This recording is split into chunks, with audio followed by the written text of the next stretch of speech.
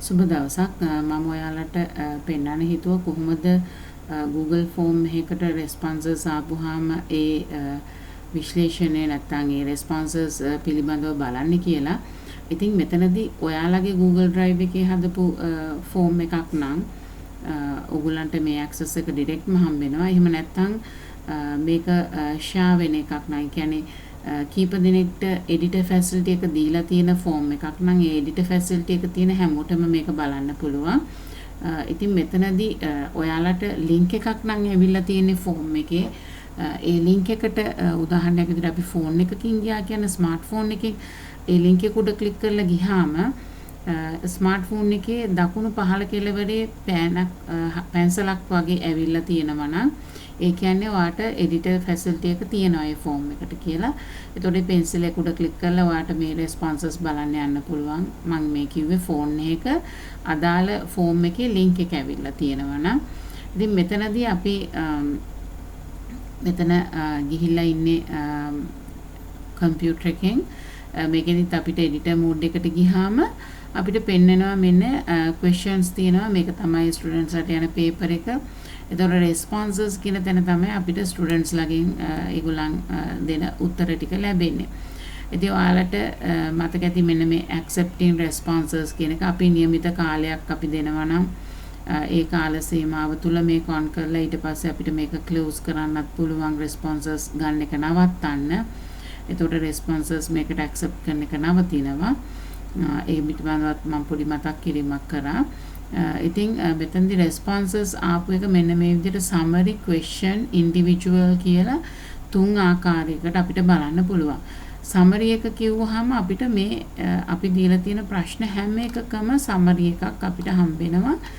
මෙතන අර table format එකේ අපිට charts විදියට තමයි ලැබෙන්නේ. දැන් මෙතන සම්පූර්ණ marks කොහොමද අපිට අර අපි සාමාන්‍යයෙන් chart එකක් ගහලා බලනවානේ කොහොමද paper එකේ quality එක බලන්නත්.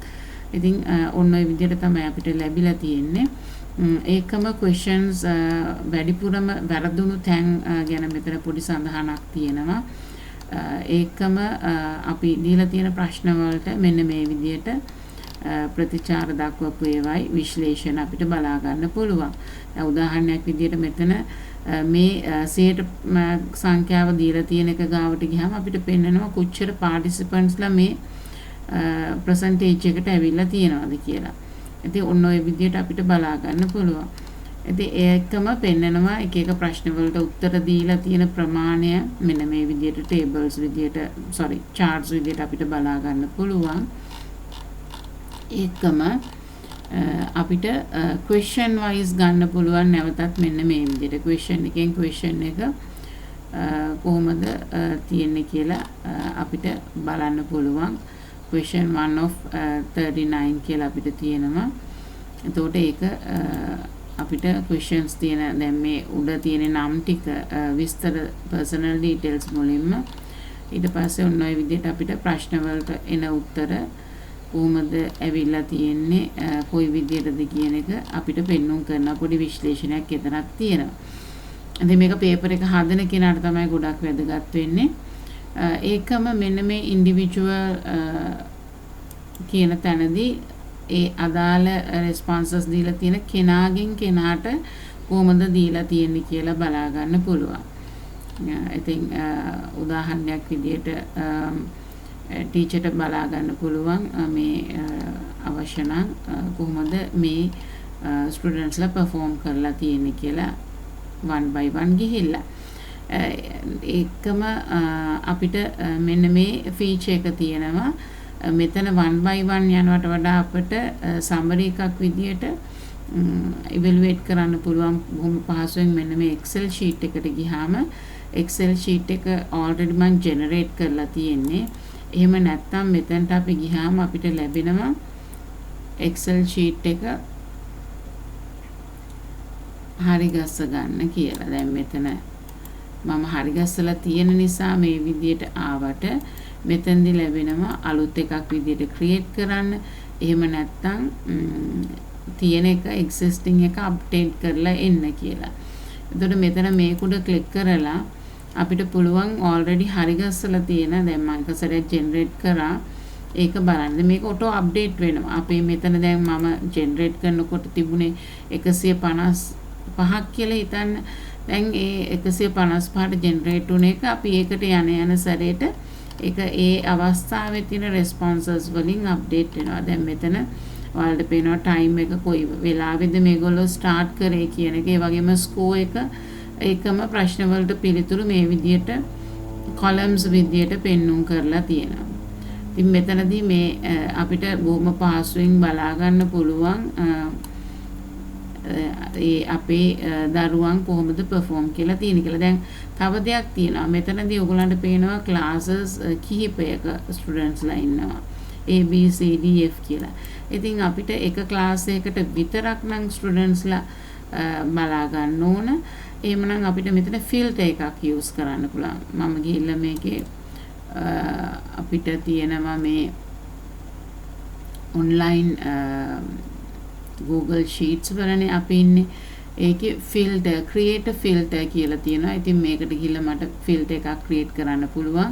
ඔයගලන්ට පේනවා මේ label එක උඩ ඉඳලා තමයි අපි create filter යන්නේ. එතකොට මේ හැම එකටම filter කරන්න අපිට යොදනවා මේ filter option එක. එතකොට අපිට එතනට ගිහිල්ලා අපිට අවශ්‍ය grade එක මේකෙන් filter කරගන්න පුළුවන්.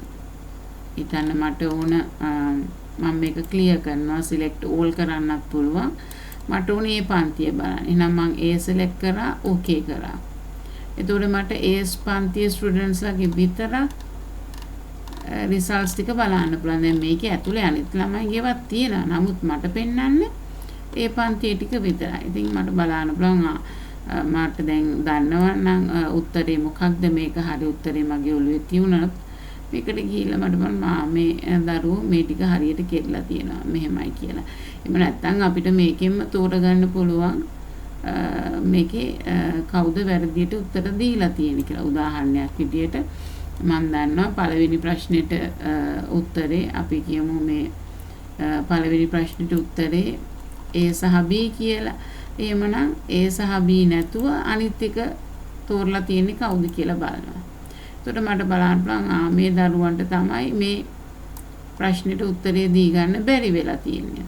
ඉතින් මට අර personal idea එකක් ගන්න පුළුවන් මේ ප්‍රමාණය වැඩි නම් දැන් ඒ උත්තරේ තෝරලා තියෙන නැති ප්‍රමාණය වැඩි නම් ඒ කියන්නේ දරුවෝ ඒ පන්තියට ඒ ප්‍රශ්නේට උත්තරේක හරියට තේරුම් අරගෙන නැහැ.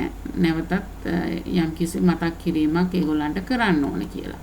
ඉතින් මෙතනදී මේ ෆිල්ටර් එක අපි අයින් කරනවා එම මෙන්න විදිහට select all කරනවා. නැත්තම් මේක අනිත් මේ කීප දිනක් අතර ෂෙයා වෙනවා නම් ඒගොල්ලන්ට මොකද්ද වෙලා තියෙන්නේ කියලා සමහරට ගැටලුවක් ඇති වෙන්නත් පුළුවන්. ඒ හේතුව හින්දා අපි ෆිල්ටර් එකක් කරලා අපේ data ටික බලාගත්තට පස්සේ නැවතත් all කියන එක නැත්නම් මෙතනට කෙලින්ම ගිහිල්ලා අපිට ෆිල්ටර් එක අයින් කරන්න පුළුවන්. remove filter කරලා යන්න පුළුවන්. පැහැදිලි නේද? මේක ඉතින් Taman තනියම කරන ෆෝම් එක නම් Tamanට ඕන විදිහට මේක manipulate කරගන්න පුළුවන්. මේක එක අවශ්‍යතාව අනුව හරි ගස්ස ගන්න පුළුවන්. නමුත් අපි share කරනවා නම් කීප දෙනෙක් එක මේ ගැන සැලකිලිමත් වෙන්න ඕන. මම හිතනවා ඔයාලට මේ ගැන අවබෝධයක් එන්න ඇති කියලා. තව දෙයක් මෙතනදී අපිට මේක මේ online නේ තියෙන්නේ. අපිට මේක print outs ගන්න පුළුවන්. එහෙම නැත්නම් අර වගේ තමයි කියන්නේ පන්තිය විතරක් තෝරලා අරගෙන ඒ කොටස විතරක් තෝරලා මේක ගොඩක් sheets එන එකක්. එහෙම නැතුව අපිට ළමයාගේ නමයි ලකුණු ටිකයි විතරක් ගන්න ඕන නම් ඒ ටික තෝරලා ගන්න පුළුවන්. ඒකම අවශ්‍ය නම් අපිට මේක අපේ පරිගණකයට ඩවුන්ලෝඩ් කරගන්න පුළුවන්. මේ ඔන්ලයින් තියාගෙන අපි බලන්නේ. ඉතින් ඩවුන්ලෝඩ් කරනකොට ඒක Excel නැත්නම් PDF විදියට වුණත් අපිට ඩවුන්ලෝඩ් කරගන්න පුළුවන්. මම හිතනවා ඔයගොල්ලන්ට මේ යම්කිසි පැහැදිලි කිරීමක් මේකෙන් සිද්ධ වුණා කියලා. මොන හරි ගැටලුවක් තියෙනවා නම් comment section එකේ ඔයගොල්ලන්ට ඒක යොමු කරන්න පුළුවන්. ඔයාලට සුබ දවසක්.